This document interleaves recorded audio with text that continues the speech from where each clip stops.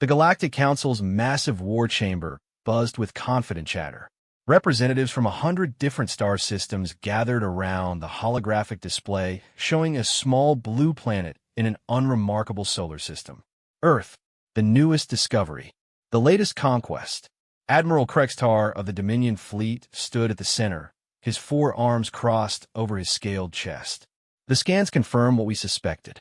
A primitive species, barely capable of reaching their own moon. Their weapons are chemical-based projectiles and crude nuclear devices. They still burn fossil fuels for energy. His mandibles clicked in amusement. The other species laughed. The crystalline Vorthan ambassador chimed like breaking glass. How many ships shall we send? One? Perhaps two, if we're feeling generous. Their communications are unencrypted radio waves, added the Zealoty representative, her tentacles writhing with mirth. They broadcast their location to the universe like younglings calling for predators. They even sent golden discs into space with maps to their homeworld. More laughter echoed through the chamber. These humans had practically invited invasion. Krextar raised a clawed hand for silence. The Council has decided. We'll send a small expeditionary force. 20 ships should be more than sufficient to subdue the entire planet. Their resources will fuel our expansion into the next spiral arm. The vote was unanimous. Earth would fall within a solar rotation. On Earth, in a bunker 5 miles beneath Cheyenne Mountain, General Sarah Chun stared at the same holographic display. But her version showed something very different. Hundreds of ships, hidden in the darkness between stars. Waiting. They took the bait, she said quietly. Admiral James Morrison nodded from his position at the tactical console. 50 years of playing dumb, broadcasting those signals, sending those probes, making ourselves look like easy prey. He smiled grimly. Time to show them what humans really are. Chun activated the quantum communicator, a device that shouldn't exist according to the technology Earth publicly displayed. All Ghost Fleet commanders, this is Fortress Prime. Operation Mousetrap is go. Repeat, Mousetrap is go. Across the solar system, things began to move. What appeared to be empty space shimmed and wavered. Asteroid fields revealed themselves to be elaborate camouflage. The dark side of the moon split open like an egg, revealing massive shipyards. Mars's polar ice caps melted away, exposing entire cities of manufacturing plants. Humanity had been preparing for this day since they first detected alien signals 60 years ago. Every nation, every resource, every brilliant mind had been secretly united toward one goal. Be ready when they come. The Zealoty scout ship Whisper of Stars dropped out of hyperspace at the edge of Earth's solar system. Captain Yyleth checked her sensors, expecting to see a defenseless world ripe for conquest. Instead, her screens filled with error messages. "What is this?" she hissed. "Sensor malfunction." Her navigator's skin turned pale blue with fear. "No malfunction, Captain. Those are ships. Thousands of them. Impossible." The scans showed what they wanted us to see, her tactical officer interrupted. "Captain, we need to warn the fleet. This is a trap." But it was already too late. Earth's hidden defense platforms, disguised as space debris, powered up simultaneously. The Whisper of Stars managed to transmit 3 seconds of data before a relativistic kill vehicle. A simple tungsten rod accelerated to 90% light speed, turned the scout ship into expanding plasma. In the Galactic Council chambers, alarms began screaming. The partial transmission from the scout ship played on the main display. Yyleth's terrified face appeared for just a moment. "It's a trap. Earth has static." Krextar slammed his fist on the control panel. "What is the meaning of this?" "Unknown, Admiral," his aide responded. "We've lost contact with the advanced scout." The Vorthan ambassador's crystalline form flickered with agitation. "Send the invasion fleet immediately. Show these primitives the price of deception." "Yes," Krextar agreed. "All ships, prepare for immediate departure. We'll crush these humans and make an example of them for any other species that thinks to resist the Council." 200 of the galaxy's finest warships assembled at the staging point. Each one was a masterpiece of destruction, capable of glassing entire continents. Their crews were veterans of a dozen successful invasions. They had never known defeat. Admiral Krextar stood on the bridge of his flagship, Inevitable Dominion. All ships, prepare for jump. We'll exit hyperspace in tight formation and commence orbital bombardment immediately. Leave no major cities standing. Space twisted, and the invasion fleet vanished into hyperspace.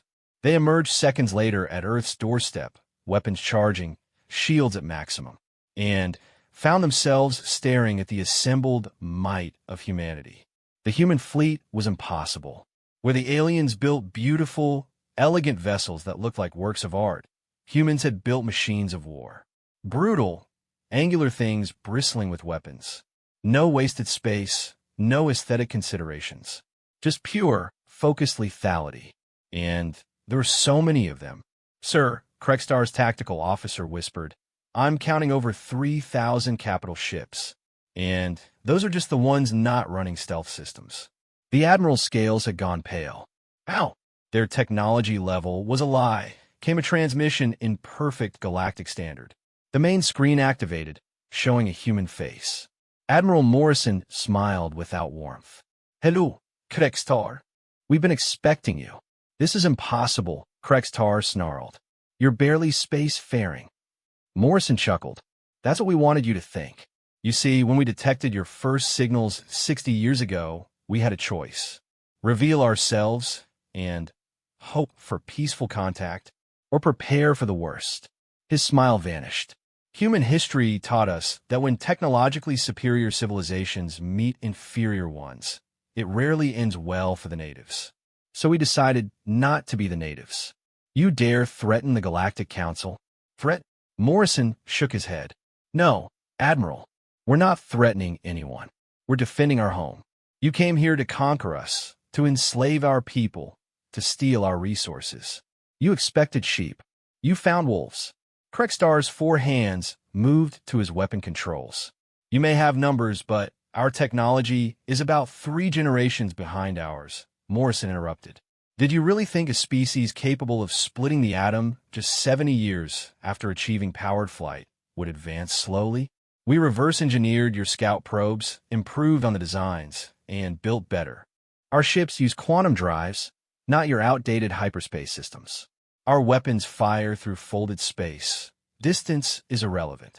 Our shields exist partially in another dimension. Your weapons can't even touch them. To demonstrate, one of the human dreadnoughts fired. The beam appeared to miss the invasion fleet entirely, passing harmlessly through empty space. Then, one of the Council ships simply ceased to exist, deleted from reality as the beam emerged from folded space inside its hull. But we're not monsters, Morrison continued. You have one chance. Leave. Now, go back to your council and tell them Earth is off limits. We want peace, but we're prepared for war. The choice is yours. Krextar's pride warred with his survival instinct. His fleet was outnumbered 15-1 and apparently outclassed by an even greater margin. But to retreat would mean humiliation, the end of his career, possibly his life. Admiral, his second-in-command whispered urgently, the human ships are moving. They're surrounding us. It was true. The human fleet moved with impossible coordination, thousands of ships dancing through space like a single organism. In seconds, the invasion fleet was completely encircled. 30 seconds, Admiral, Morrison said calmly. Decide. Krextar looked at his crew, young soldiers who joined for glory and adventure, who had families back home, who didn't deserve to die for the Council's arrogance and his pride. All ships, he commanded, his voice heavy with defeat. Prepare to withdraw. Admiral, his weapons officer protested. The Council will deal with the reality that humanity is not prey, Krextar snapped. Would you rather die here for their misconception? The officer backed down. Around them, the invasion fleet powered down weapons and began calculating return jumps. A wise choice, Morrison said. But before you go, a message for your council. The human fleet did something impossible. Every ship fired simultaneously, not at the invasion fleet, but past it. Beams of exotic energy created a pattern in space itself, writing words in the fabric of reality that would be visible to any ship exiting hyperspace. Earth stands ready. Come in peace or not at all. The message would last for months, a warning to any who thought to follow in the invasion fleet's footsteps. Go, Morrison commanded. And remember, we could have destroyed you. We chose not to. We hope your council chooses as wisely. One by one, the invasion ships vanished into hyperspace, fleeing back to council space. Krekstar's flagship was the last to leave. The admiral stared at the human commander until the final moment. This isn't over, he transmitted. Morrison nodded. No, it's just beginning.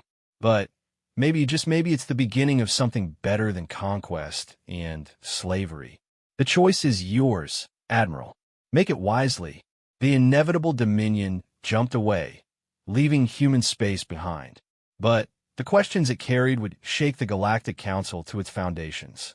In the bunker beneath Cheyenne Mountain, General Chun deactivated the tactical display. Think they'll be back? Morrison shrugged. Eventually. But not today and not unprepared. We bought time. Time for what? To get stronger. To prepare for what's really out there. Morrison looked up at the ceiling, seeing through miles of rock to the stars beyond. This galaxy is bigger than just the Council. There are older things, darker things. And now that we've shown our hand, Chen understood. By revealing their true strength, Earth had announced itself as a player on the galactic stage. And that meant making enemies of more than just would-be conquerors. Double the production quotas, she ordered, and accelerate Project Prometheus. If we're going to survive what's coming, we need to be ready for anything. Outside, the human fleet maintained its vigil. 3,000 ships visible, tens of thousands more hidden throughout the system. Waiting, watching, ready. The galaxy had expected to find sheep on Earth. Instead, they'd awaken the wolves. And the hunt was just beginning. In deep space, aboard a ship so old its original builders were legend, something stirred. Ancient sensors had detected the energy discharge from Earth's defensive display. Circuits that had slumbered for millennia sparked to life. The ship began to move, slow at first, then faster. It had waited so long for a species to prove worthy. The test would begin soon. Earth thought it was ready for anything. It was wrong. The real challenge was just beginning. The Galactic Council chambers had never been so quiet. 2,000 species representatives sat in stunned silence as Admiral Krekstar finished his report. The holographic recordings from his fleet played on loop. Thousands of human warships, impossible technology, and that burning message written in the fabric of space itself. This cannot be real, whispered the Vorthan ambassador, her crystalline form flickering with distress. A species that young cannot possess such power. The recordings don't lie, Krekstar said heavily. We were outmatched in every way. They could have destroyed us without effort. They chose to let us leave. High Counselor Zarneth, ancient even by galactic standards, leaned forward on his hovering throne. You're telling us that humans deliberately hid their true capabilities for 60 years? That every probe we sent, every scan we made, showed us only what they wanted us to see? Yes, High Counselor. It was a perfectly orchestrated deception. The chamber erupted. Representatives shouted over each other, some calling for immediate mobilization of the entire Council fleet, others arguing for diplomatic contact. A few quietly calculated whether their own hidden colonies might escape human notice if they withdrew from Council space entirely. Silence. Zarneth's psychic command crashed over the assembly like a wave. In the aftermath, only heavy breathing and the hum of life support systems could be heard. We will have order. This is not some minor border dispute. If Admiral Krekstar's report is accurate, we face a fundamental shift in galactic power. The Mordaki representative, whose species had conquered 40 systems, stood up. High Counselor, with respect, one victory means nothing. They surprised a small expeditionary force. The full might of the Council would face a species that advanced from fire to fusion in less than 10,000 years, interrupted Dr. Yixel of the Science Cast. My colleagues, and I have analyzed the combat data. The weapons the humans demonstrated shouldn't be possible with our understanding of physics. Either they've made breakthrough discoveries we haven't, or Zarneth prompted, or they didn't develop this technology themselves. They found it, inherited it, were given it. That thought silenced the chamber more effectively than any psychic command. The implications were terrifying. If something, had uplifted humanity on Earth, the victory celebration was muted. In conference rooms and command centers across the planet, leaders studied the same data that terrified the Council. But their fear had a different source. "We showed too much," General Chen said, replaying the combat footage for the 100th time. "The dimensional shields, the folded space weapons, we should have held those in reserve. We needed to make an impression," Admiral Morrison argued. "A half measure would have just encouraged them to come back with a bigger fleet. And now they know what we're capable of. They'll be developing countermeasures." Dr. Lisa Park, head of Project Prometheus, cleared her throat. "That may be the least of our problems." She gestured to her tablet, and new data flowed across the screens. "These are deep space readings from the last 72 hours. Ever since our defensive display, we've been detecting anomalies. The readings showed gravitational distortions, brief flickers of impossible radiation, and objects moving at speeds that violated relativity, all of them getting closer to Earth. We woke something up," Park said simply. "Several somethings. And they're coming to investigate." Morrison studied the data. "How long?" "The nearest will arrive in 6 months. The others a year, maybe 2. Can we stop them?" Park laughed bitterly. "Admiral, these things are throwing around energy levels that make our weapons look like firecrackers. We could hit them with everything we have and probably just annoy them." Chen stood up. "Then we need allies. Real ones, not conquered vassals like the Council uses." She turned to Morrison. "How quickly can we get a diplomatic team to Council space? You want to negotiate with the people who just tried to invade us. I want to survive what's coming. And that means making friends fast." 2 weeks later, a single human ship dropped out of quantum space at the designated neutral coordinates. The vessel was small by warship standards, but even the Council's observers could see it was more advanced than anything in their fleets. It seemed to exist partially in several dimensions at once, its hull shifting and changing as it moved. Ambassador Maria Santos stepped onto the Council station with only 2 guards. A calculated risk, showing confidence without aggression. The gathered representatives watched her with mixtures of fear, curiosity, and barely concealed hostility. "Honored representatives," she began, speaking perfect galactic standard without a translator. "Another small demonstration of human capability. Earth comes seeking dialogue, not domination." "You dare speak of domination?" The Craig ambassador's 6 eyes blazed with fury. "After threatening the Council fleet?" "We defended ourselves against an unprovoked invasion," Santos replied calmly. "We used the minimum force necessary to ensure your ships left peacefully. Had our positions been reversed, would the Council have shown such restraint?" The uncomfortable silence was answer enough. The Council's history was written in the ashes of conquered worlds. High Counselor Zarneth studied the human with ancient eyes. "You say you seek dialogue, yet you hid your true nature from us for 60 years. How can we trust anything you say?" Santos smiled sadly. "High Counselor, when your scouts first found Earth, what was the Council's immediate response? Did you send diplomats? Scientists? Teachers?" She paused. "No, you sent war planners. You divided up our resources before even saying hello. We hid because we knew what you were long before you found us." "And how did you know?" Dr. Yixel leaned forward, scientific curiosity overcoming political concerns. "Because we'd done the same things to each other. Humans have a long, bloody history of stronger cultures destroying weaker ones. When we detected your signals, we recognized the pattern. So we chose to appear weak while growing strong." "Strong enough to challenge the entire Council," someone muttered. "Strong enough to defend ourselves," Santos corrected. "But that's not why I'm here. I'm here because something woke up when we revealed ourselves. Something that makes both our fleets look like toys. And it's coming. She activated a holographic projector, showing the same anomalous readings Dr. Park had discovered. The council's scientists immediately began chattering in alarm.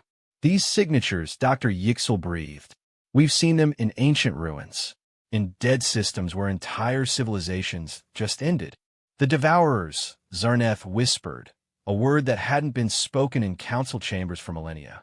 They're just legends, stories to frighten young species into joining the council for protection. Not legends, Santos said grimly.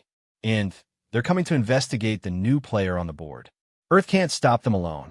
But maybe together, the council erupted again, but this time with a different energy. Fear of the unknown overshadowing fear of humanity. Some called for immediate military alliance, others for evacuation of core worlds. A few suggested throwing Earth to these devourers as a sacrifice. As the debate raged, Krextar approached Santos. The admiral who'd led the failed invasion studied the human diplomat with newfound respect. You planned this, he said quietly, revealing yourselves, knowing it would draw attention. You're forcing the council to work with you. Santos met his 4 eyes steadily. We're forcing the galaxy to grow up, Admiral. The age of conquest and exploitation needs to end because there are things out there that don't care about our petty empires. We either stand together or fall separately. And if we refuse, then humanity will face the devourers alone. And when we fall, they'll come for you next. Except you won't have our weapons, our determination, or our really annoying refusal to give up. Despite himself, Krextar chuckled. You humans are insane. Probably. But we're also right. The vote came 3 days later after endless debate and political maneuvering. By the narrowest of margins, the Galactic Council voted to open formal diplomatic relations with Earth. Not an alliance, trust took time, but a beginning. The first Joint Human Council Science Team was assembled within a week, tasked with studying the approaching anomalies and developing defensive strategies. Former enemies worked side by side, sharing knowledge that had been hoarded for centuries. On the Council's core world of Zentera, Dr. Yixel worked alongside Dr. Park to decode ancient warnings left by civilizations that had faced the Devourers before. The records were fragmentary, damaged by time, and deliberately obscured, as if the writers feared drawing attention even in death. Look at this. Park highlighted a section of text. They call them harvesters of potential. Species that show rapid technological growth draw their attention. Like humanity jumping from bronze to quantum drives in 10,000 years, Yixel noted. Her tentacles writhed with agitation. Your bait. Or with a trigger for something that was always going to happen. Park pulled up more data. Look at the Council's expansion rate. You've been growing faster, conquering more. Eventually, you would have drawn their attention too. But not for centuries at our current rate. No, we just accelerated the timeline. Park smiled grimly.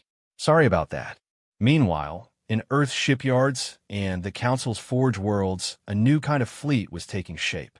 Human innovation merged with Council experience. Ships that could phase between dimensions wielded weapons powered by harvested stars.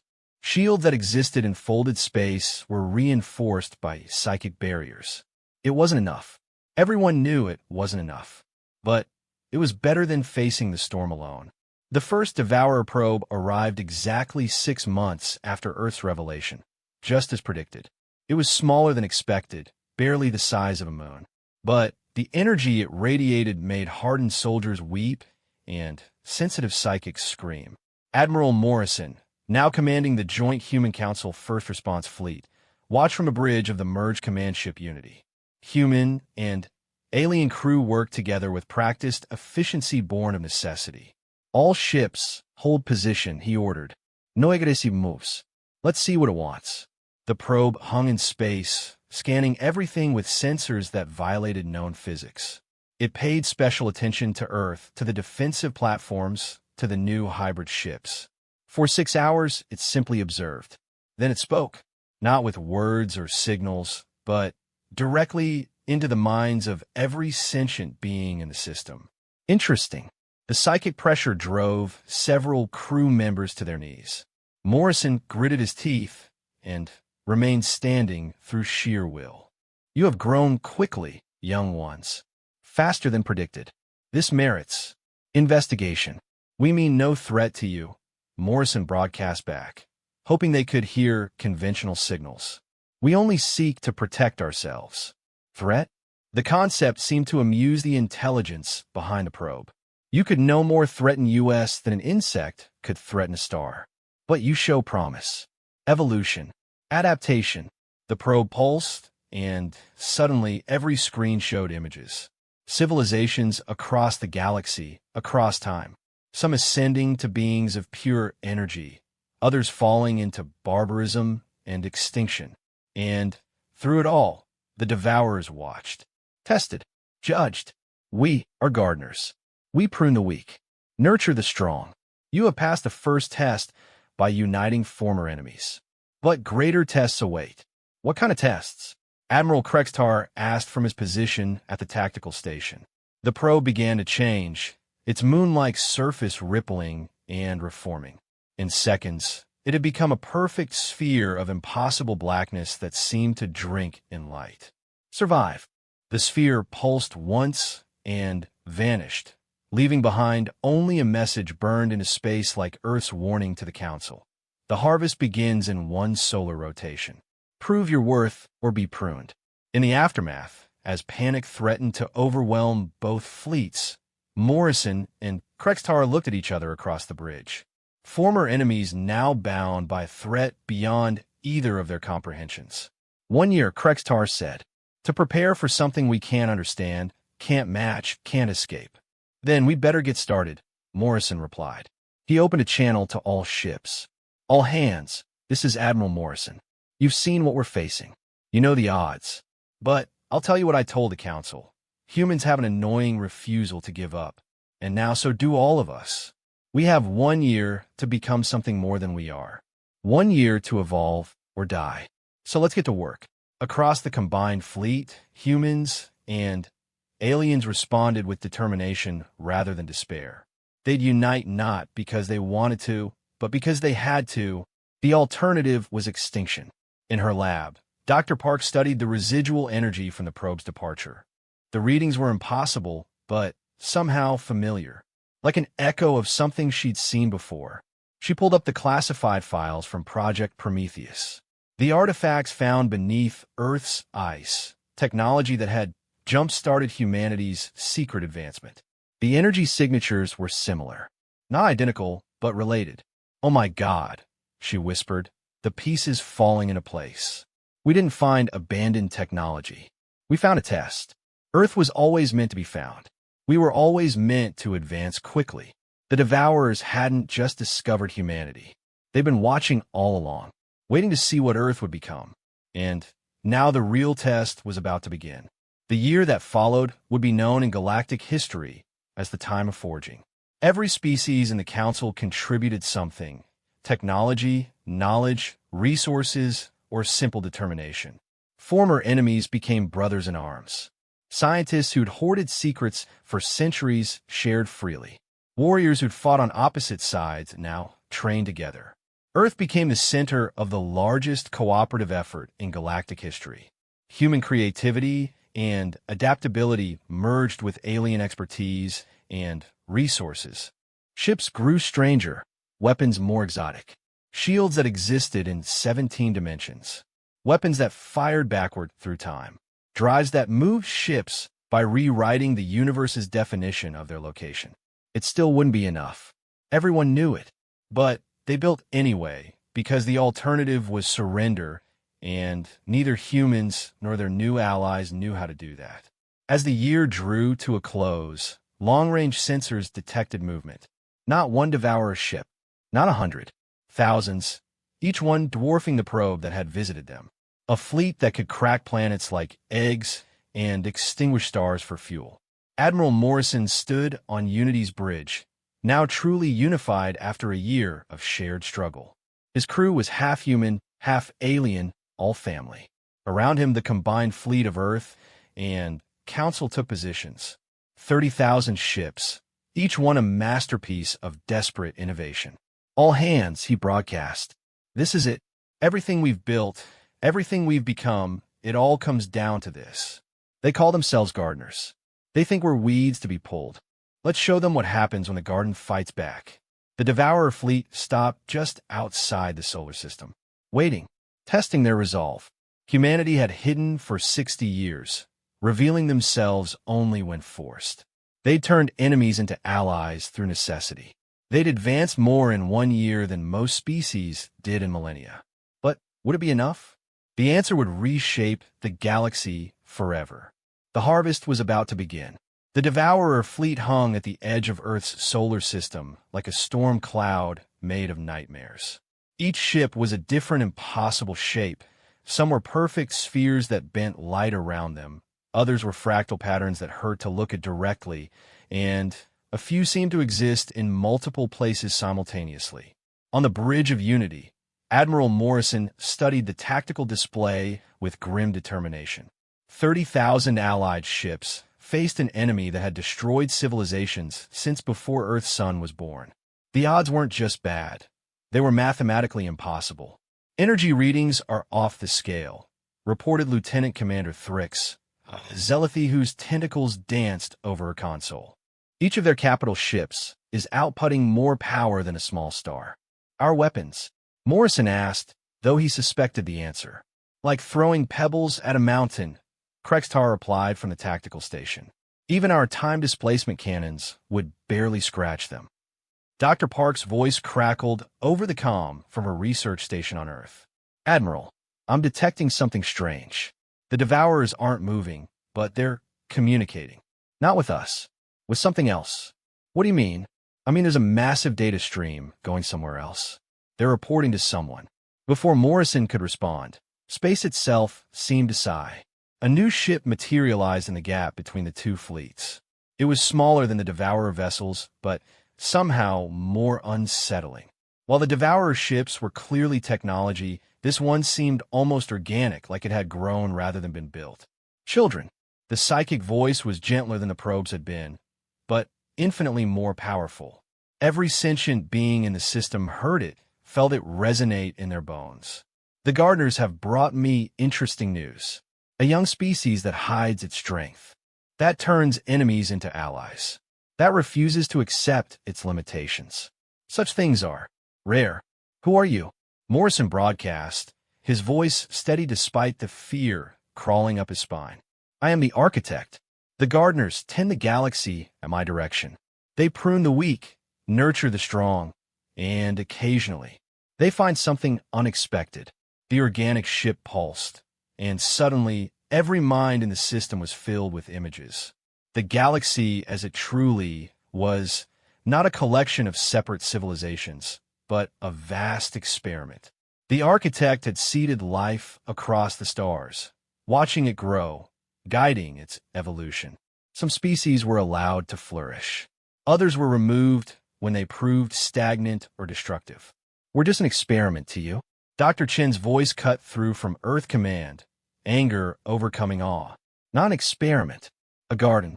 And every gardener knows that the most beautiful flowers often grow from the most unlikely seeds. The architect's attention focused on Earth itself, and everyone felt it like a physical weight. You humans are fascinating. Most species take millions of years to achieve what you've done in thousands. But that alone wouldn't save you. Rapid growth without wisdom leads to self-destruction. Yet you did something unprecedented. What? Morrison asked. You chose to appear weak. In a galaxy where strength is survival, you hid your power. You waited. You prepared. And, when challenged, you chose mercy over destruction. That shows wisdom beyond your years. The Devourer fleet remained motionless, waiting for their master's judgment. But wisdom alone is not enough. The galaxy needs shepherds, not sheep. If humanity and its allies are to survive, you must prove you can protect others as fiercely as you protect yourselves. Another test, Krextar growled. How many must we pass? As many as necessary. But this is the last. Pass, and The gardeners will recognize you as cultivators rather than crops. Fail, and your species will be pruned for the good of the garden. The organic ship began to change, its hull rippling like water. From its mass emerged smaller vessels, hundreds of them, each unique, each wrong in a different way. These are the echoes of failed species.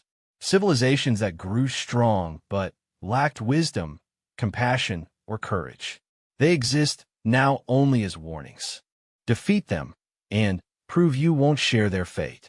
The Echo ships spread out between the Allied fleet and the Devourers. As they moved, Morrison could see what they truly were. Not just ships, but remnants of entire civilizations compressed into weapons. The technological achievements, the cultural memories, the very souls of extinct species turned into instruments of testing. All ships, Battle Formation Delta 7, Morrison commanded. Remember your training. These things were once people like us. They failed their test. We won't. The first Echo ship attacked without warning. It had once belonged to a species that mastered gravity, and it turned that mastery into a weapon. Space itself bent around its target. A Council cruiser that suddenly found itself being crushed by its own mass. But the Allies were ready. A human destroyer fired its time displacement cannon, not at the Echo ship, but at the cruiser, shifting it 3 seconds into the past before the gravity attack hit.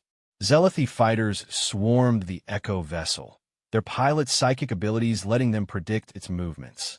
A Vorthan capital ship fired beams of crystallized sound that shattered the Echo's gravitational fields. The Echo ship died, and as it did, its death scream filled every mind with the history of its species.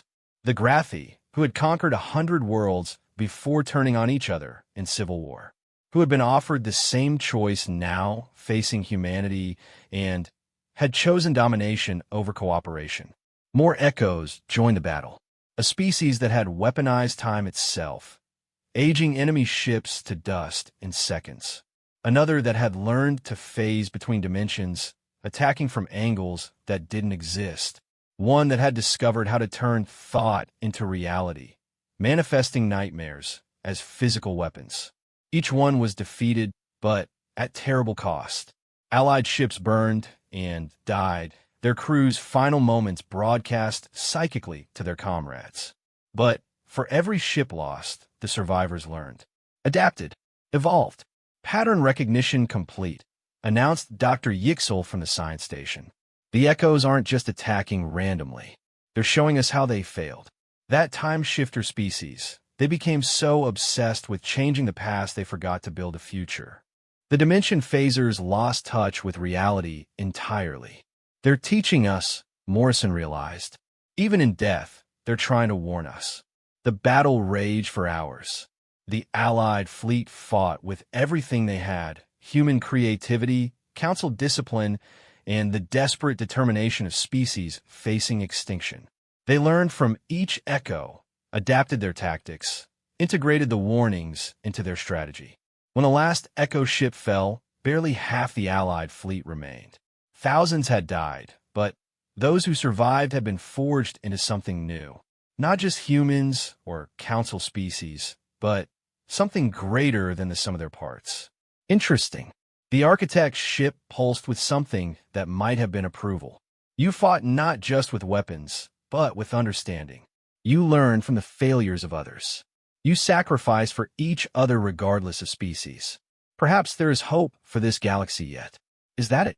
Admiral Morrison asked, exhaustion clear in his voice. Have we passed your test? Almost. One final choice remains. The Devourer fleet powered up their weapons, energies that could crack planets and extinguish stars. But they aimed not at the Allied fleet, but at empty space. No, not empty. Morrison's sensors detected millions of small objects. Escape pods, civilian ships, refugees from a dozen worlds fleeing some distant catastrophe. These beings are from beyond Council space. Species you've never met, fleeing a disaster you didn't cause.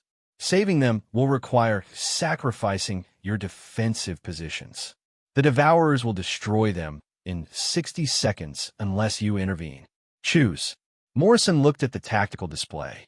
Moving to protect the refugees would leave Earth and the Council core worlds exposed. If this was another trick, if the Devourers attacked while they were out of position, it's not a choice, Dr. Chin said from Earth Command. Not for us. No, Morrison agreed. It's not. All ships. Emergency jump to refugee coordinates. Shield pattern Omega. We're not losing anyone else today. The Allied fleet moved as one. Human and Council ships jumped into the path of destruction, shields merging into a wall of protection. The Devourer weapons fired. Beams of impossible energy that could unmake matter at the quantum level. The shields held. Barely. Ships burned out their cores maintaining the barrier, but not one beam got through. Behind them, millions of refugees continued their flight to safety. Well done. The architect's approval washed over them like warm sunlight. The Devourer fleet powered down their weapons. You chose protection over preservation. Others over self. This is the wisdom the galaxy needs. The gardeners will trouble you no more. The massive fleet began to fade, shifting into dimensions human science could barely detect. But before they vanished entirely, each Devourer ship sent a pulse of data to the Allied fleet. Technologies beyond imagination. Blueprints for shields that could protect entire systems. Weapons that could destroy threats without destroying hope. Medical techniques that could heal the wounds between species as easily as those of the body. Why? Krextar asked. Why give us this? Because gardeners need tools. And because the real threats to this galaxy are still out there. Things that make the Devourers look like children. You've proven you can stand together. Now prove you can stand against the darkness. The architect's ship was the last to fade. But before it did, one final message reached them. Not psychic this time, but spoken a voice that sounded almost proud. Grow well, young gardeners. The universe is watching. And then they were gone, leaving behind a battered but victorious fleet and the beginnings of a new age. In the aftermath, as rescue ships collected survivors and the refugee fleet was guided to safety, Admiral Morrison found himself in a secure channel with the Council's leadership and Earth's command staff. What do we do now? High Counselor Zarnath asked. The galaxy has changed. Everything we thought we knew. We build, General Chin said firmly. We take the tools they gave us, and we build something better. No more conquest. No more hiding. We work together. A true alliance, Morrison added. Not just Earth and the Council, but every species that wants to join. We've seen what happens when civilizations face the darkness alone. They become echoes. We won't let that happen again. And the refugees? Dr. Yixel asked. Millions of beings from unknown species. We help them, Dr. Park said. We learn from them. They're fleeing something, and I bet it's one of those threats the architect warned us about. We need to be ready. The vote was unanimous. The Galactic Council, as it had been, was dissolved. In its place rose the United Systems Alliance, not a government of conquest, but of cooperation. Earth's hidden cities emerged into the light. Council technology merged with human innovation. The refugee species brought their own knowledge and warnings of dangers beyond known space. Within a year, the first joint colonies were established. Former enemies worked side by side to build something new. The technologies the Devourers had gifted allowed for medical advances that could heal the genetic damage from centuries of war. Universal translators that conveyed not just words but emotions and intentions. Ships that could travel between stars and days rather than weeks. But more than technology, they'd been given purpose. The galaxy was vast and full of dangers. Ancient machines that consumed entire systems for fuel. Entities from other dimensions that saw reality as a plaything. Plagues that could infect thought itself. And somewhere, out in the darkness, the things that had driven millions of refugees to flee their homes.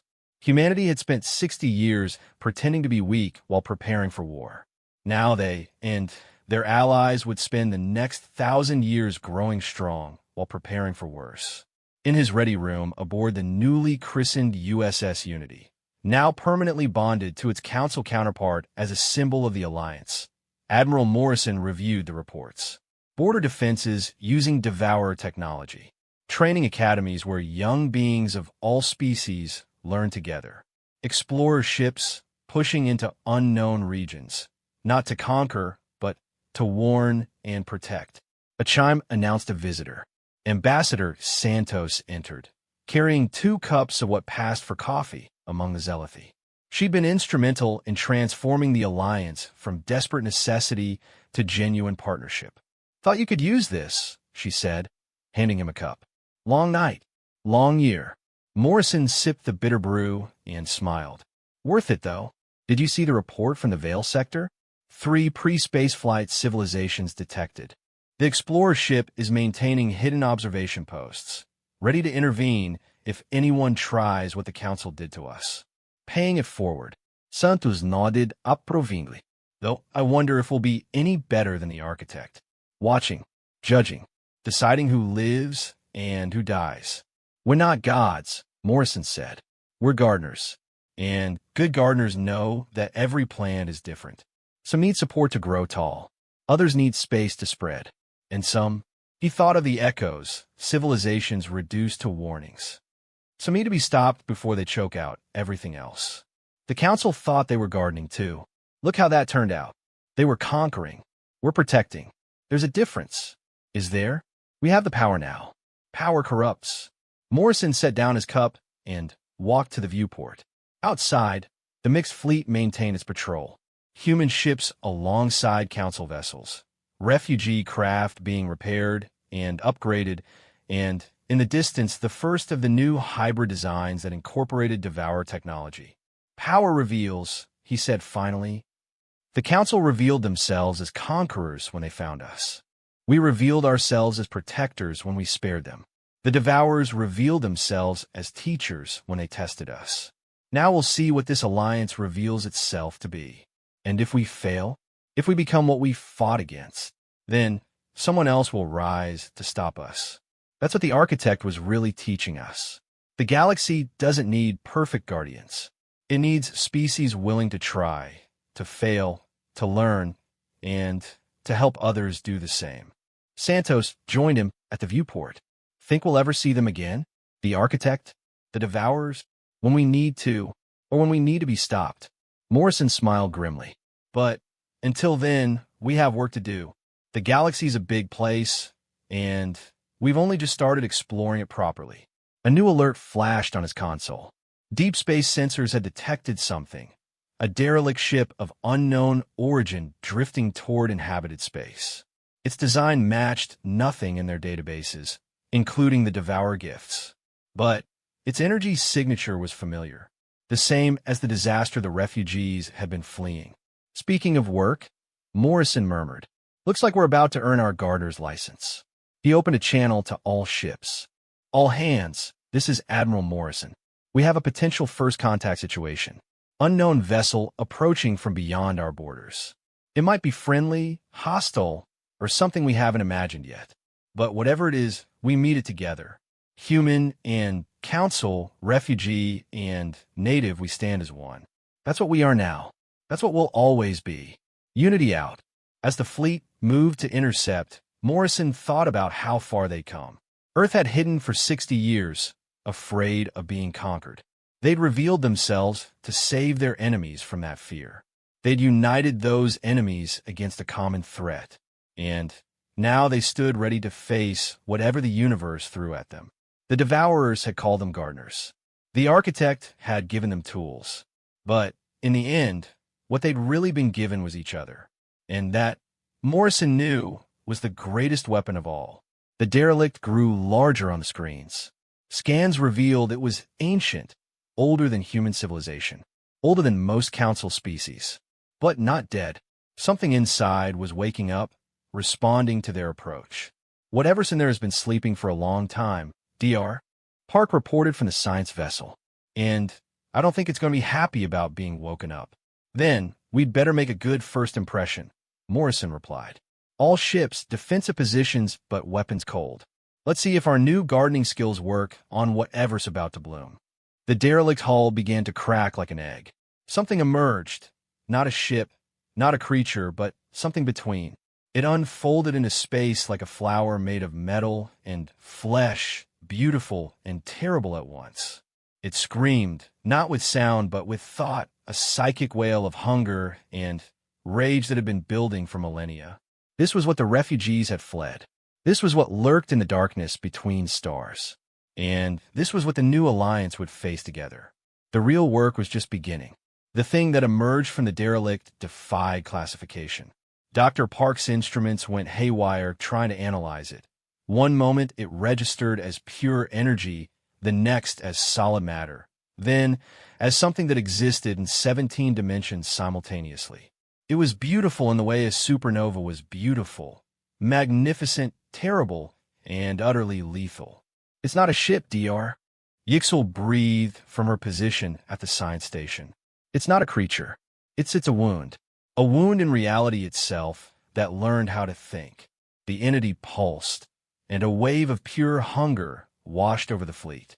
Several smaller ships actually moved toward it involuntarily before their crews regained control.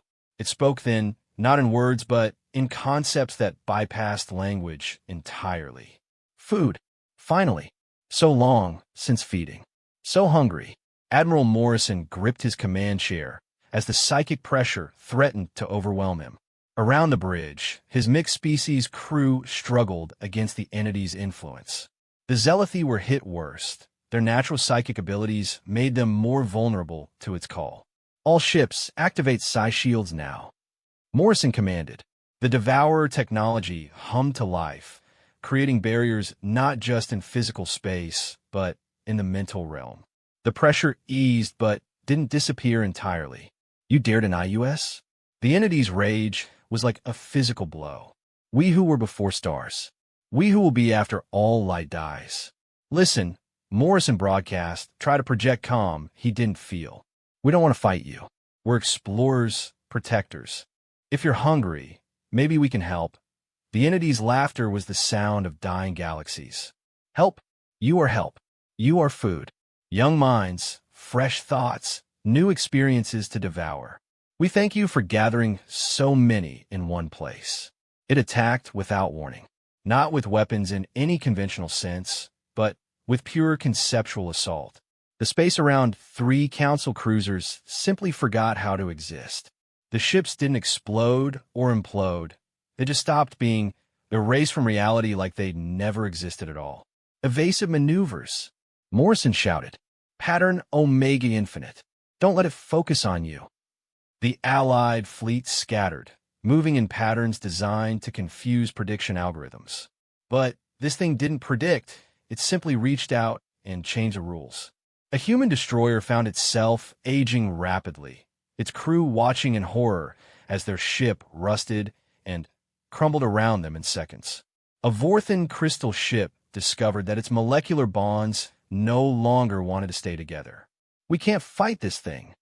Captain Thrin of the Mordaki contingent reported. It's not using weapons. It's rewriting the laws of physics. Dr. Park's voice cut through the chaos. Admiral, I'm detecting something. The entity, it's not complete. It's missing pieces of itself. That's why it's so hungry. It's trying to fill a void that can't be filled. Explain, Doctor. Fust. The readings match theoretical models of universe collision events. This thing isn't from our reality. It's from somewhere else, and when it crossed over, it left parts of itself behind. It's not evil, it's incomplete, broken, and trying to fill that break with our minds and matter. Morrison processed this as another wave of attacks swept through the fleet. More ships vanished, ceased, or were transformed into things that shouldn't exist. They were losing badly. Can we send it home? Complete it somehow. Not without understanding multiversal physics that won't be discovered for millennia. But, Admiral, we might be able to communicate with it properly. Show what it's doing. The refugees who fled from it, they're still alive. It could have consumed their entire civilization, but it didn't. It took what it needed and moved on. It can be reasoned with. Maybe, if we can get past its hunger long enough to reach whatever consciousness drives it. Morrison made a decision that went against every military instinct. All ships, cease fire. Drop shields. Broadcast on all frequencies, mental, physical, quantum. We need to talk to this thing, not fight it. Admiral, that's suicide. Klegstar protested. Maybe, but we're dead anyway if we keep fighting. Sometimes the greatest strength is admitting weakness. He opened his mind, dropping his personal psi shields despite every instinct screaming against it. Entity, I offer myself, not as food, but as communication. Take what you need from me to understand us. The hunger paused. The entity's attention focused on Morrison like the weight of a collapsing star. He felt it enter his mind, sifting through memories, experiences, emotions. It was violation on the deepest level, but he endured it. And, in return, he saw fragments of what the entity had been. A collective consciousness from a universe where thought was the only reality. Where beings existed as pure concept, dancing between ideas like humans walk between rooms. It had been beautiful there. Complete. Whole. Then, something had broken. A barrier between universes cracked, and this entity had fallen through. In the translation, it had lost crucial parts of itself. Not memories or abilities, but fundamental aspects of its existence. Imagine suddenly forgetting how to see color or losing the ability to understand love. It was maddened by the loss, trying desperately to fill the void with whatever it could consume. I understand, Morrison whispered, blood running from his nose as his brain struggled with concepts it wasn't designed to process. You're not a monster. You're injured, broken. We can't fix you. We don't have that knowledge. But we can help you find a better way. There is no better way. Only hunger. Only the void that cannot be filled. What if? Dr. Park's voice was strained but determined. What if we could give you something else? Not minds to consume, but experiences to share? You're lonely, aren't you? Cut off from your kind. What if you didn't have to be alone? The entity paused. For the first time since it emerged, the attacks stopped completely. Explain. Park continued, her scientific mind racing. You consume because you're trying to fill a void. But what if, instead of taking, we shared? Our fleet represents hundreds of species, millions of individuals, each with unique perspectives, experiences, dreams. What if we created a network, a voluntary one, where you could experience existence through us without destroying us? A symbiosis, Dr. Yixel added, understanding dawning. You would see through our eyes, feel through our experiences. And, in return, you protect us, Morrison said, steadying himself as the entity withdrew from his mind. Become part of our alliance. Not as a weapon, but as a guardian. You'd never be alone again, and we'd have a defender against threats we can't even imagine. The entity writhed in space, its form shifting through configurations that hurt to perceive. The hunger was still there, but underneath it, Morrison sensed something else. Hope. Curiosity. It has been so long since we were offered anything but fear or aggression.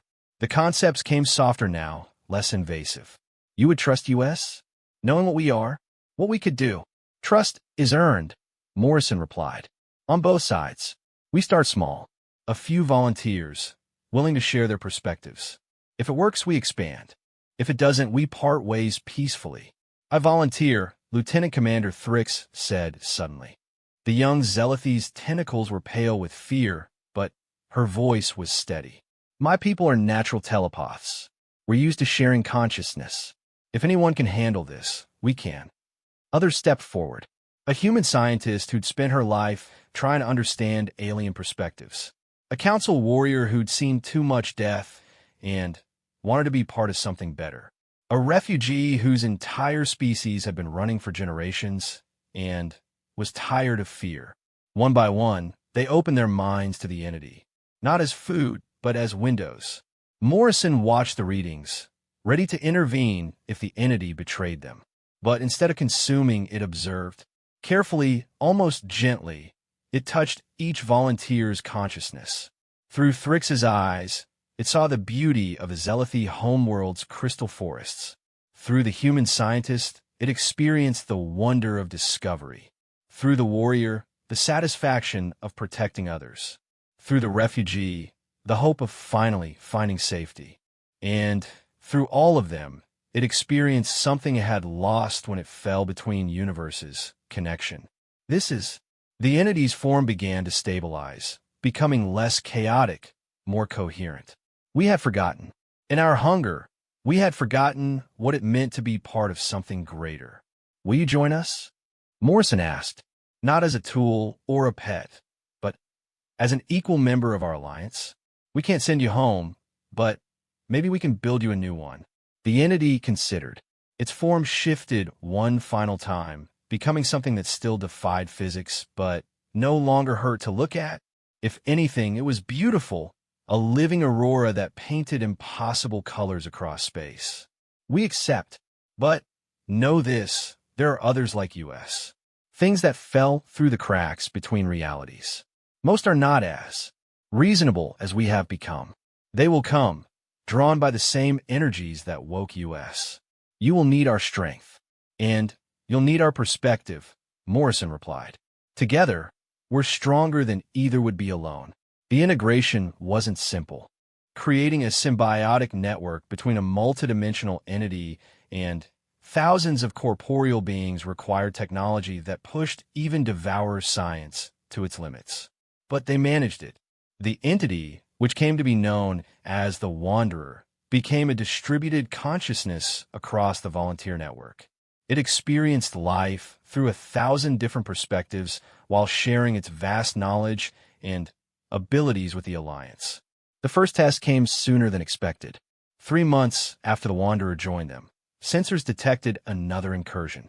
This time, it wasn't one entity but a swarm, hundreds of reality wounds, smaller than the Wanderer, but working in terrifying coordination. It's like they're piranhas, Dr. Park reported. Each one takes a small bite of reality, but together they can devour star systems. The Wanderer confirmed through the network. We know these. The swarm that hungers. They fell through the same breach we did, but where we retained some sense of self, they became pure appetite. Can we communicate with them? They are beyond communication, beyond reason. They must be stopped, or everything in this galaxy will be consumed. The battle was unlike anything the Alliance had faced. The swarm didn't attack ships, it attacked the space between them, the concepts that allowed them to exist. But now they had the Wanderer, who understood these attacks and could counter them. Through the volunteer network, the Wanderer showed the fleet how to think differently, how to anchor themselves not in physical reality, but in conceptual certainty. A ship existed because its crew believed it did, and that belief became a shield against the swarm's hunger. Human creativity merged with council discipline and the Wanderer's multidimensional perspective. They fought not with weapons, but with ideas, each ship becoming a fortress of structured thought that the swarm couldn't digest. The battle raged across 7 star systems and 6 dimensions. Reality itself became the battlefield, with the laws of physics rewritten moment by moment. Stars were used as weapons, time as ammunition, gravity as both shield and sword. When it finally ended, the swarm was contained, not destroyed, but trapped in a pocket universe that the Wanderer and the Alliance's scientists created together. A prison made of mathematics and will, where the swarm could feed on itself for eternity without threatening others. We did it, Morrison said, exhaustion clear in his voice. We actually did it. But this is just the beginning, the Wanderer reminded them. The barriers between realities are weakening. More will come, things that make the swarm look tame. Then, we'll face them together, General Chin said from Earth Command. Human, Council, Refugee, and now Wanderer. We've gone from hiding in fear to standing against threats to reality itself. I'd say that's pretty good progress for a species that invented fire just a few thousand years ago. The Alliance had evolved again. What started as a desperate defense against invasion had become something unprecedented, a truly integrated galactic civilization that included not just different species, but different forms of existence entirely. News of the reality wounds spread across the galaxy. Species that had remained neutral came forward, sharing ancient legends of similar incursions. The eldest races spoke of cycles, periods when the barriers thinned and things from outside tried to force their way in. We're not the first to face this, High Counselor Zarneth said during an emergency session. But, according to the records, we might be the first to face it united. Previous cycles saw individual species or small alliances try to hold back the tide. They all fell eventually. Maybe because they were missing something, Ambassador Santos suggested. They had weapons, shields, knowledge. But did they have a wanderer? Did they think to befriend what they feared? The debate continued for days, but the conclusion was inevitable. The Alliance would prepare for the next incursion, the next reality wound, the next impossible threat. But they wouldn't just build weapons. They'd build bridges to other species, other forms of life, maybe even other universes. Earth's moon became the site of the first multiversal research station, where scientists from 100 species worked alongside the Wanderer to understand the barriers between realities. Mars housed the new Tactical Training Academy, where soldiers learned to fight with thoughts as well as weapons. The outer planets became manufacturing centers for technologies that merged physical engineering with conceptual architecture. And at the heart of it all, the volunteer network grew.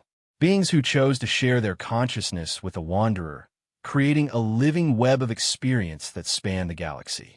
Through them, the entity that had once been a wound in reality became its greatest defender. You know what the funny thing is? Morrison mused one day, looking out at the transformed solar system. The Council came here expecting to find primitives. Easy prey.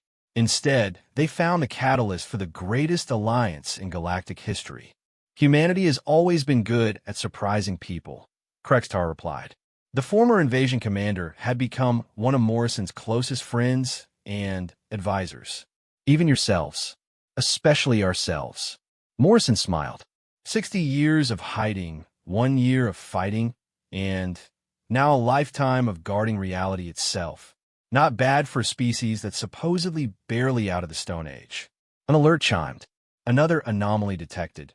This one in a sector they'd thought was safe. Morrison sighed and activated the fleet communications. All ships, we have another reality incursion in Sector 7. Wanderer, what are we looking at? Something new. Something that sings rather than hungers. Fascinating. Hostile. Unknown. But it's calling to something. Or someone. Morrison shared a look with Krextar. Every new incursion brought new challenges, new threats, and, occasionally, new opportunities. Well then, Morrison said, settling into his command chair. Let's go say hello. After all, we're gardeners now. And good gardeners know that sometimes the strangest seeds grow the most beautiful flowers. The fleet jumped to Sector 7, ready for whatever impossible thing waited for them. They were no longer just humans and aliens, ships and crews. They were the thin line between reality and chaos, between order and entropy. They were the gardeners of reality itself, and their work was never done. The singing was beautiful and terrible at once. It resonated through space itself, a melody that existed in frequencies no instrument could produce. As the Allied fleet dropped out of quantum space in Sector 7, every consciousness aboard, organic, artificial, and Wanderer, felt it pulling at something deep inside them. It's not attacking, Dr. Park reported, her voice filled with wonder. It's creating. Look at the gravitational readings. Where there had been empty space, structures were forming.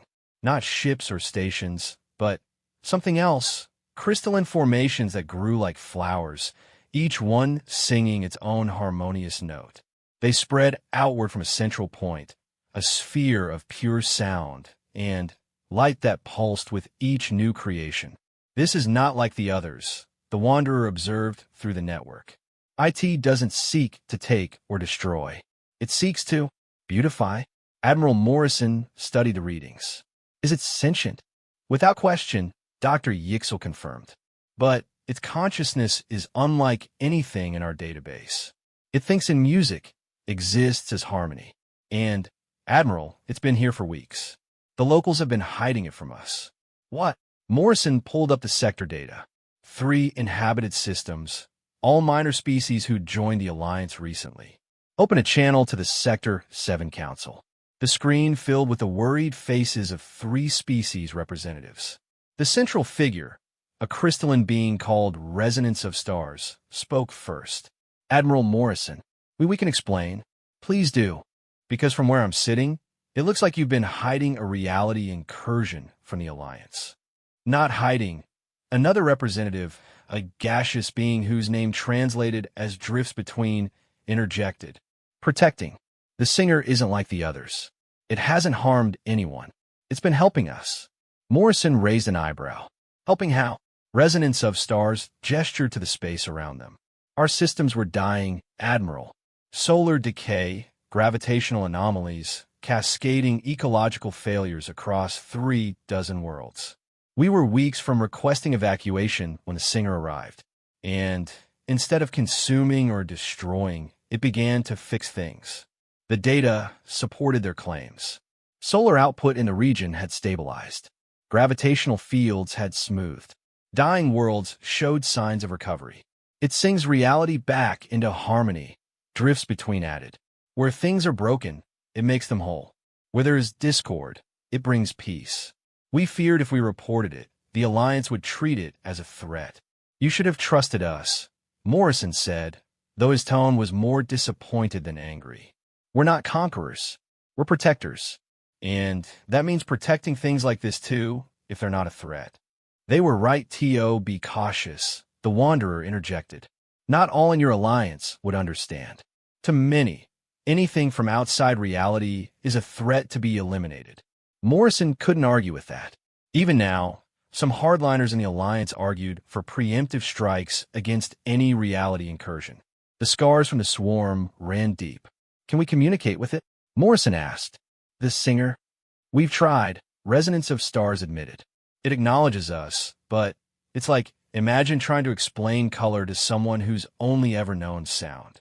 We exist in different conceptual frameworks.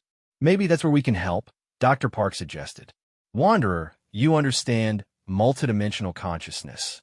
Can you bridge the gap? I can try. But be warned, to truly communicate with such a being may require becoming more like it. Are you prepared for that? Morrison looked around his bridge at the mixed-species crew, all veterans of impossible battles and diplomatic miracles. We've come this far by adapting. No reason to stop now. The attempt at communication required the entire volunteer network.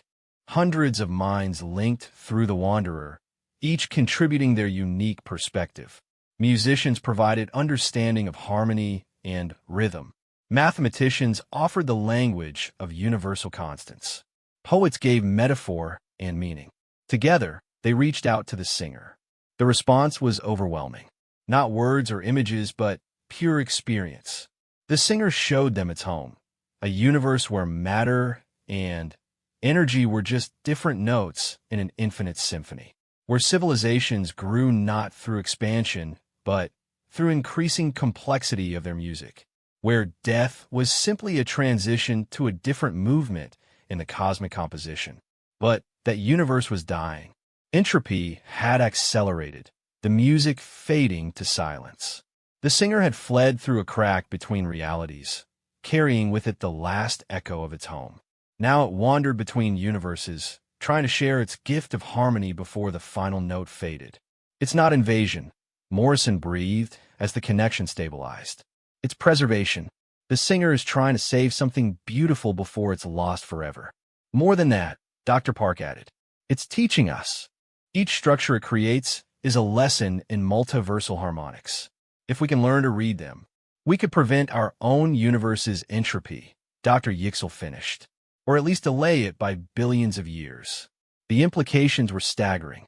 The Alliance had been thinking in terms of defense, of holding back threats. But what they could do more? What if they could actively improve reality itself? We need a new framework, Morrison decided. Not just an alliance of species, but an alliance of realities. Wanderer, can you help the singer stabilize? Find a way for it to exist here without depleting itself. With the network's help, yes. But IT will change us all. The singer's harmony will become part of how we think, how we perceive. We will be more than we were. Isn't that what evolution is? Ambassador Santos asked from her position. Becoming more than we were? Humanity hid for 60 years, then revealed itself. The council went from conquerors to protectors. We've integrated refugees, reality wounds, and now a cosmic musician. Each change made us stronger. The vote was unanimous. The alliance would attempt full integration with the singer.